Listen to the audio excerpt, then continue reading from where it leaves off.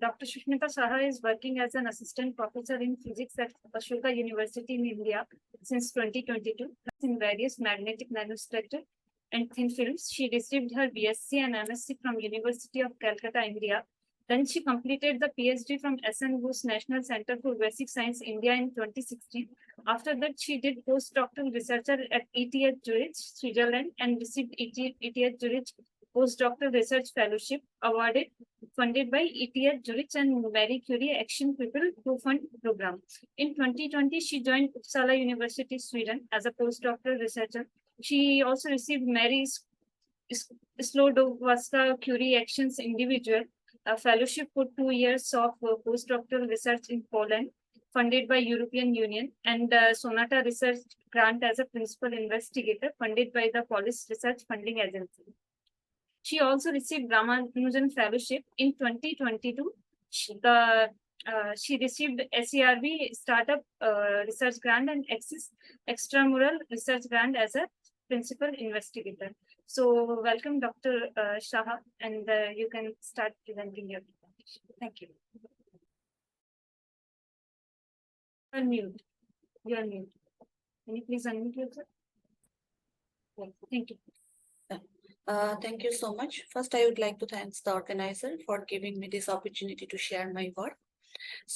And thank you to the chair for nice introduction. So today I will be talking about spinwave dynamics in two-dimensional Magnonic fractals. So before going to all these technical terms, let's talk about the application. Just a second.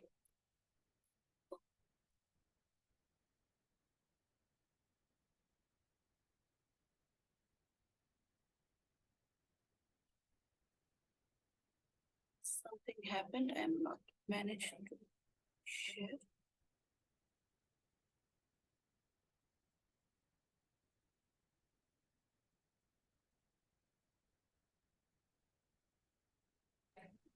Sorry, now you can share. Make sure you are sharing. Yeah, but my slides are not.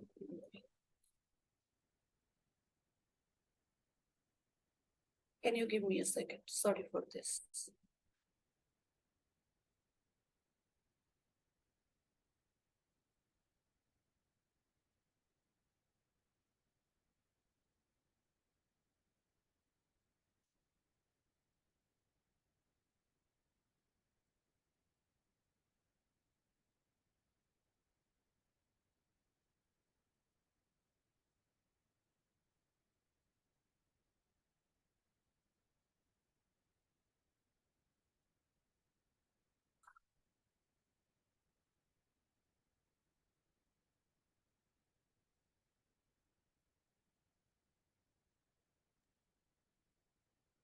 Yeah, now you can share in the PPTX. Yeah. Okay. Yeah. Okay, sorry for this.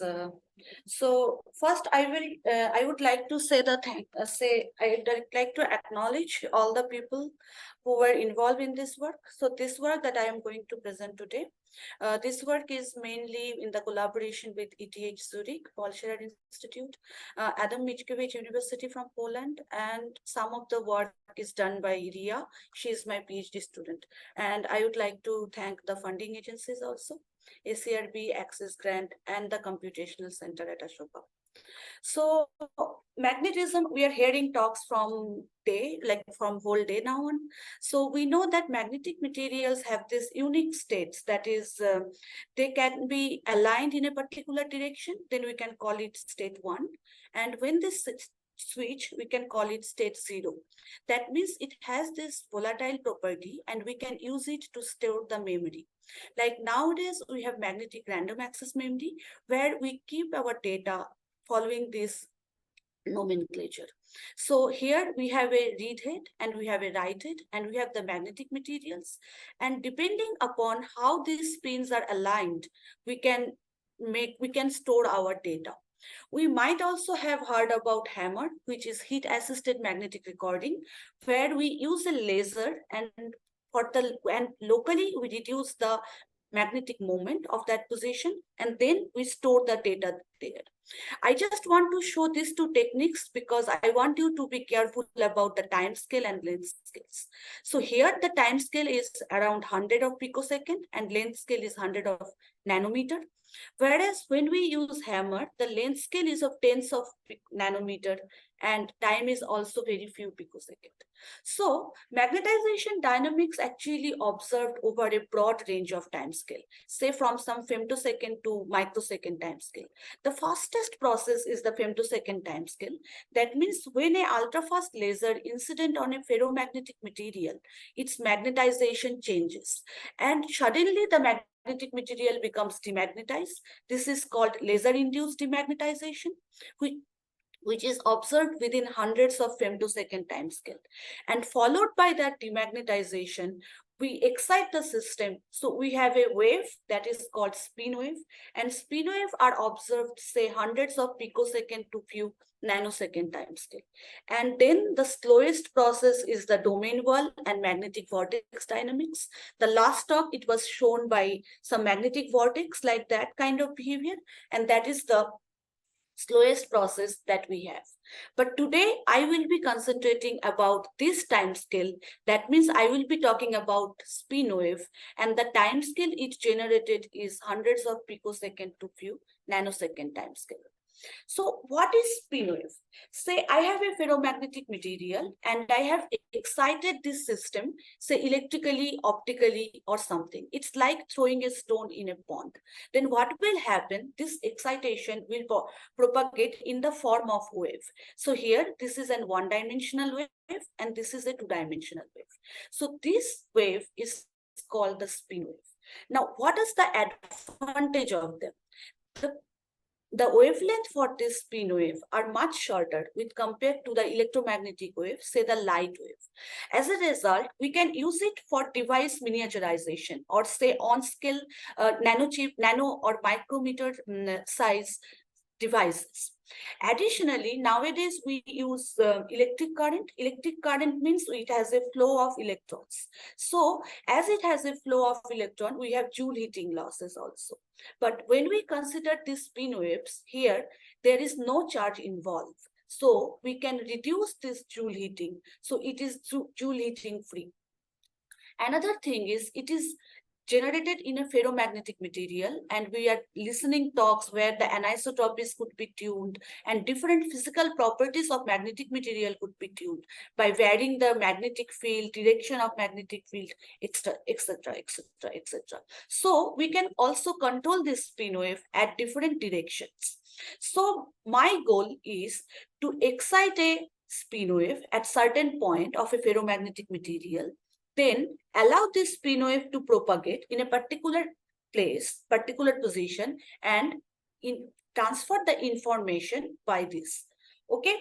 So there are lots of demonstration of Magnonic devices is already been reported, like nano-Magnonic waveguide is already demonstrated, where here the spin wave is excited, and then this waveguide carrying this spin wave.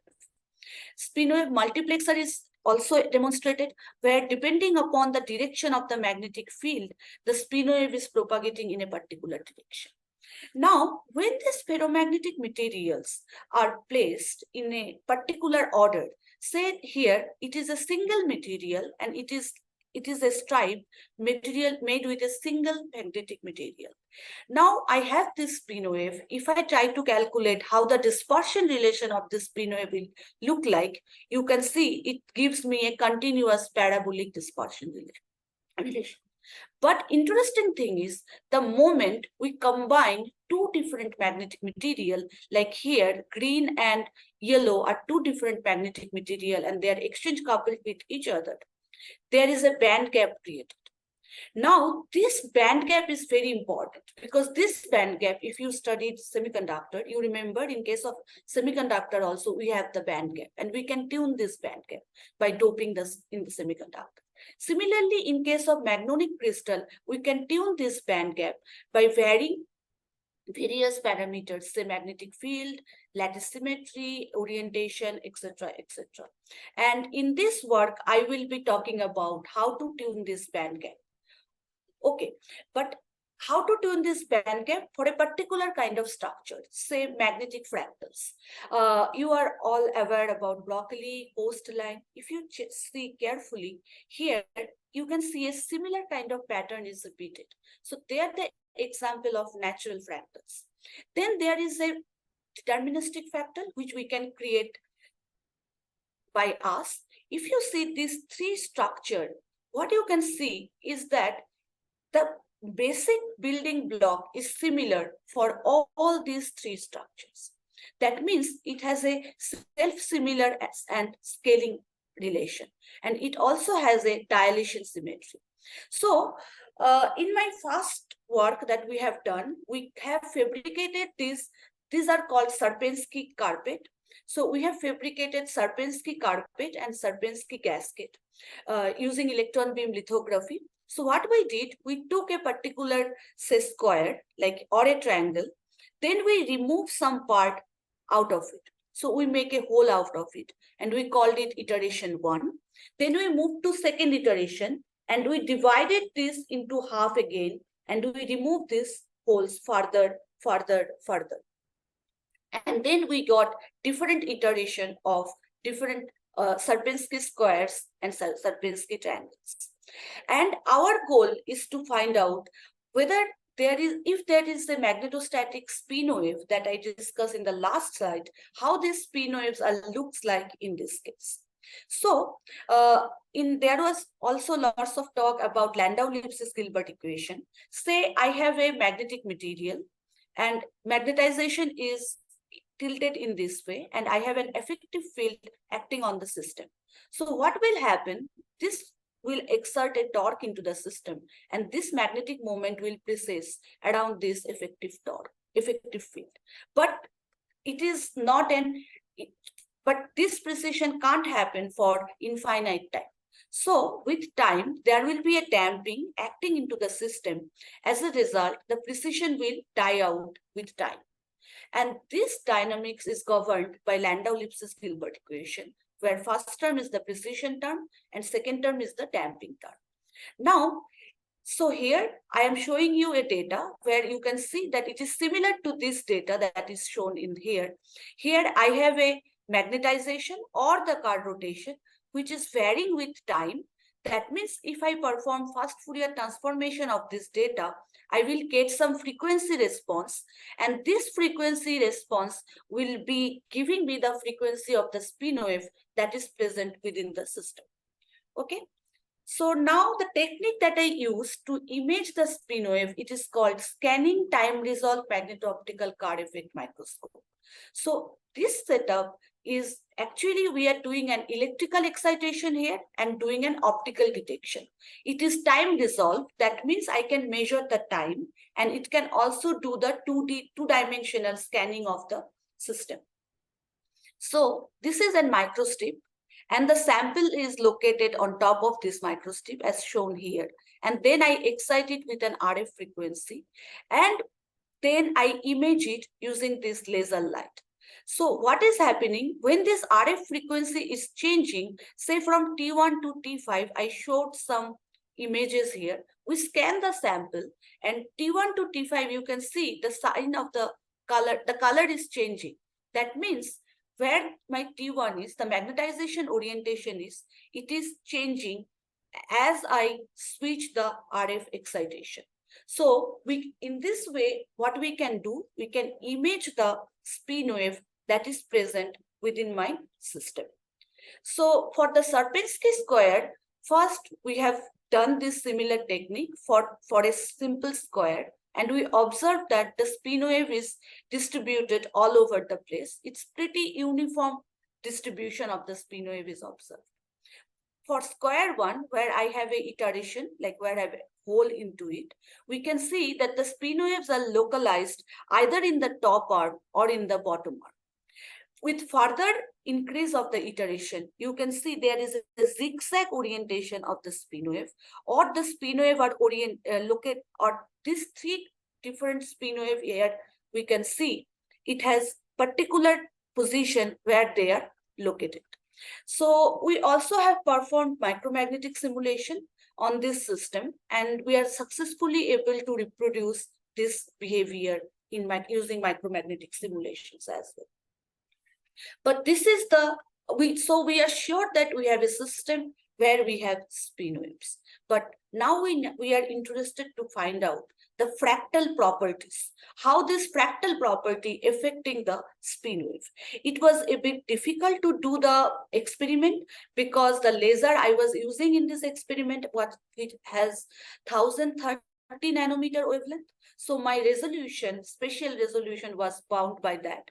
So what we have done, we have performed micromagnetic simulation.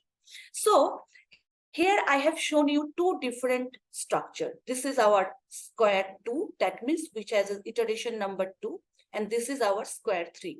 So if you see carefully, if I place this square 2, then we can form the square 3. But here is the interesting thing. The moment we place this square 2 in square 3, these edges are different. Say here, in this case, this edge L3 and L1 are same, but L2 and L4 modified, right? Similarly, for this and this, we have L4 and L2 same, but L1 and L3 modified. That means here I have a magnetic environment, and the environment is modifying and the edges are modifying. So it is not necessarily whatever spin wave spectra we will see here, we will observe the similar kind of behavior here. No, but we will have a characteristics depending upon these edges, and that we can try to observe. So what we did in this case, like for a square 2, we have observed two kind of spin wave mode. One is M1, another one is M3. So in case of M1, you can see here, these spin waves are located only in this part, whereas M3 spin waves are located here. Now, the moment I place this square 2 into square 3, we have observed this. And what is happening? We observed M1 prime and M3 prime. And these two modes modified in case of square 3. But interesting thing to note is this behavior is repeated here. Can you see? Here. And similarly, this M3 is exactly similar here. But at the edges, it is different. That means I have a fractal behavior embedded into the system depending upon my edge, depending upon my magnetic environment. So let's now move to three different structures. One is square 1, where I have a normal square with only one hole. Then I have square 2 and I have square 3. So in square 1, this is the spin wave mode. This mode is present in case of square 2 as well here, and the similar kind of mode present in case of square 3 as well. That means there is an hierarchical relationship you can see. So if we can predict that if we have some similar kind of magnetic environment, this particular spin wave mode will be present for higher iterations as well. So this is the part where we did the experiment, and we have seen that spin waves are present and localization of spin waves are observed in this Sierpinski squares. Next thing comes, what are the application of this spin wave? So for that purpose, what we have done, we have performed micromagnetic simulation on Sierpinski triangles. So Sierpinski triangles means I have a triangle, then I take out one. In case of my first iteration, I take out another triangle which has half of the dimension of my whole triangle. Then I move further, I remove, and then I create different iteration number. And we have performed micromagnetic simulation using object-oriented micromagnetic framework. So here the scaling factor is half for the system, whereas for the last case, the scaling factor was 1/3. So in this case, what we have seen, we compared two different systems. One is a single triangle, and now when this single triangle is placed in these Sierpinski triangles, how this spectra changes. So here I have a single triangle of 0.35 micrometer. Now, these 0.35 micrometer triangles are placed in these Sierpinski triangles, and we form this triangular 3 with an iteration number 3. And here the spinwave spectra for this particular case. As you can see, the spinwave spectra is pretty different. Now let's move to the lower dimension. Say I have a 50 nanometer triangle. In case of 50 nanometer triangle, only two modes are present. But when this 50 nanometer triangle is placed in tri-6 system, that is my Sierpinski triangle with an iteration number of 6, we observed multiple modes. That means the behavior of a single triangle and the moment they placed in a Sierpinski triangles are pretty different. But what is the reason for that? For a bigger triangle, what we can observe is that this is the particular spinwave mode. And in this particular spinwave mode, I will ask to concentrate on this phase part. You can see the phases are changing, right? The phases are changing means here I have a spinwave. Due to these boundaries, these spinwaves are forming standing wave, and this standing wave are continuously changing. The phases of the standing wave is continuously changing.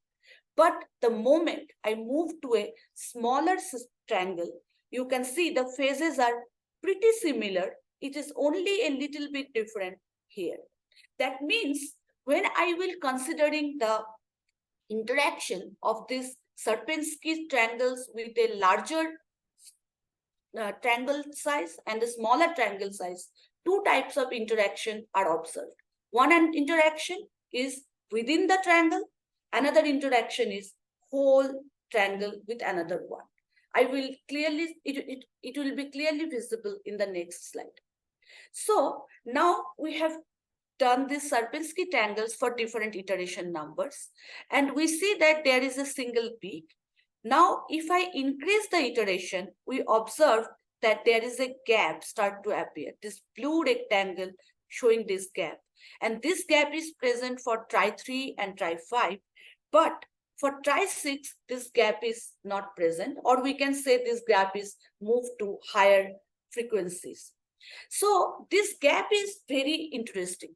This frequency gap is interesting because at the beginning, I talked about semiconductors. In case of semiconductors, you can see the band gap. And also in case of Magnonic crystal, you can also see band gaps. So this frequency gap that is present, it is not at k is equal to 0 between two spinwave branches. I have this particular frequency gap.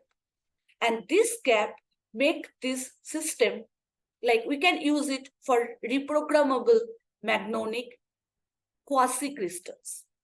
Okay.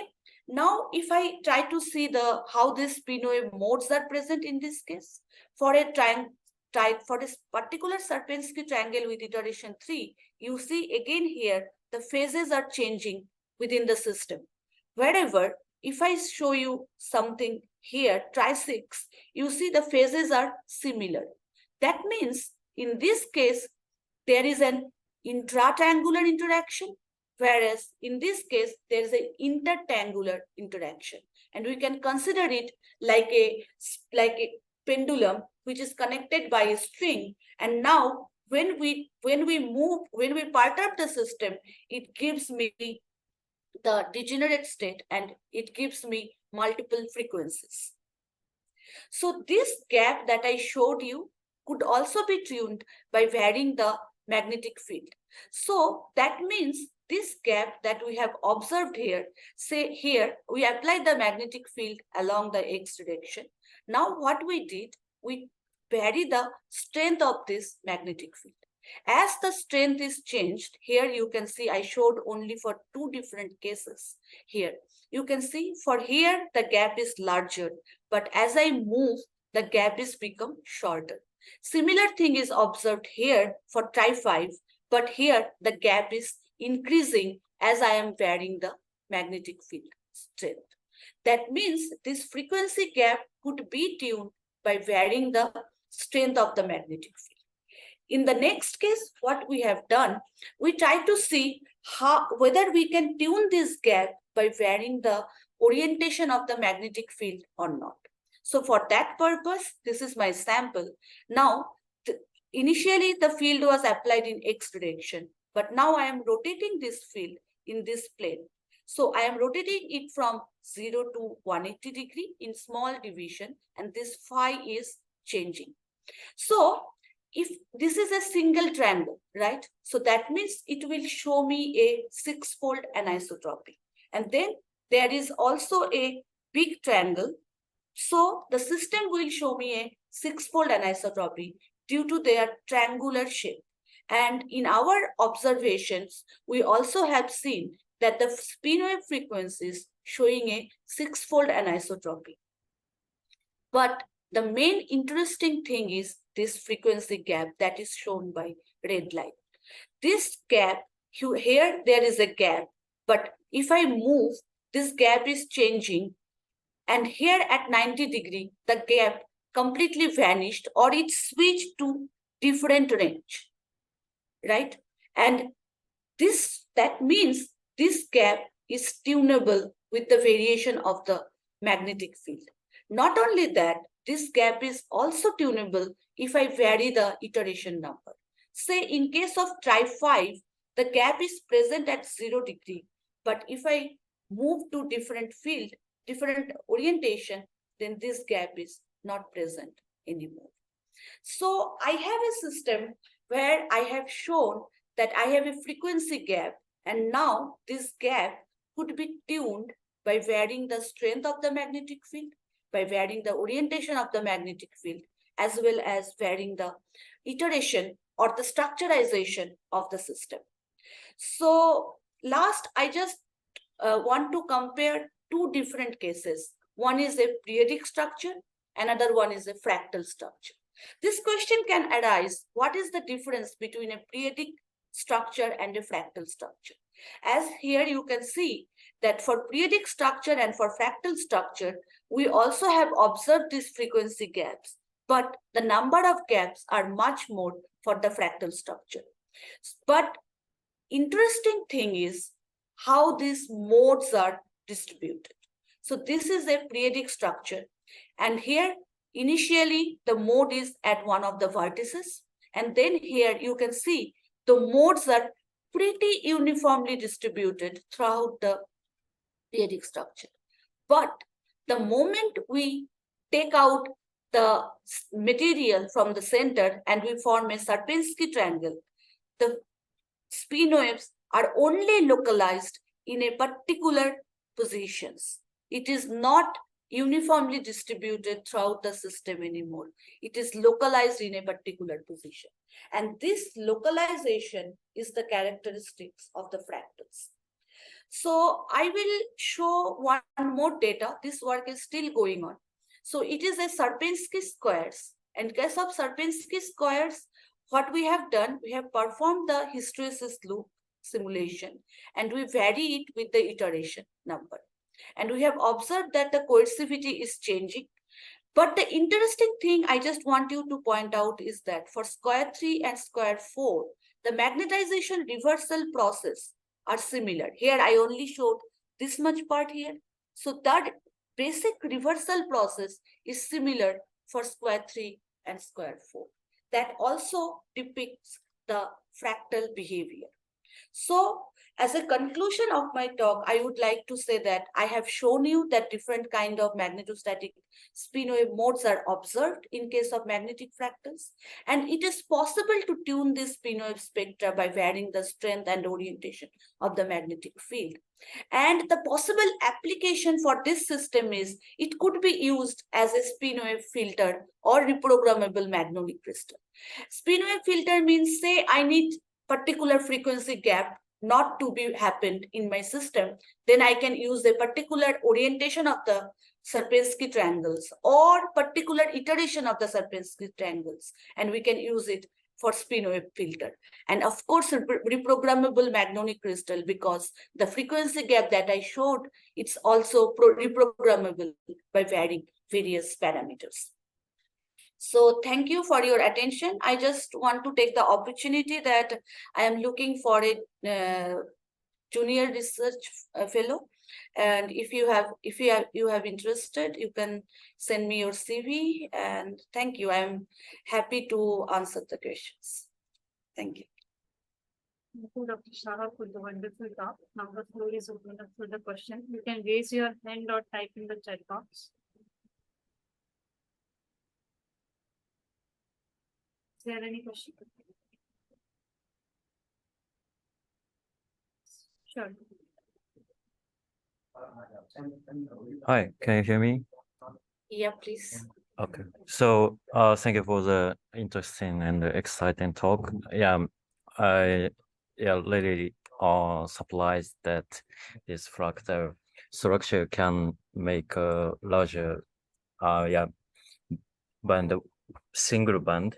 So, I have a question about the 21, page 21. Please go to the. Yeah, here. Yeah, in my understanding, you mentioned fractal structure generate many band gap, right? Yeah, these mini gaps are more in case of fractals with compared to the periodic structure. So what's kind of a future from the fractals can generate this more numbers of the band gap? So I'm not sure about the origin of generating these many band gaps. So the many band gap, that main origin is, if you see this particular structure, you can see it is not periodic anymore, right? I have an aperiodicity. At the moment I have an aperiodicity, that means I can't use like normal band structure. When it forms, the main thing is it is a periodic structure. That is the reason you have this particular band gaps, right? And here it is aperiodic, and that is the reason you can tune this with different mini bands. Structure can be formed. And the localization is also happening because of this aperiodicity. Okay, so that means the fractal structure has more numbers of periodic structure than just the usual periodic structure, right? I will say in a bigger strength it is periodic, but in smaller scale it is aperiodic. Right, because it doesn't have the translation symmetry. Okay, thank you so much. Thank you. Thank you for the discussion. Thank you again for the nice talk.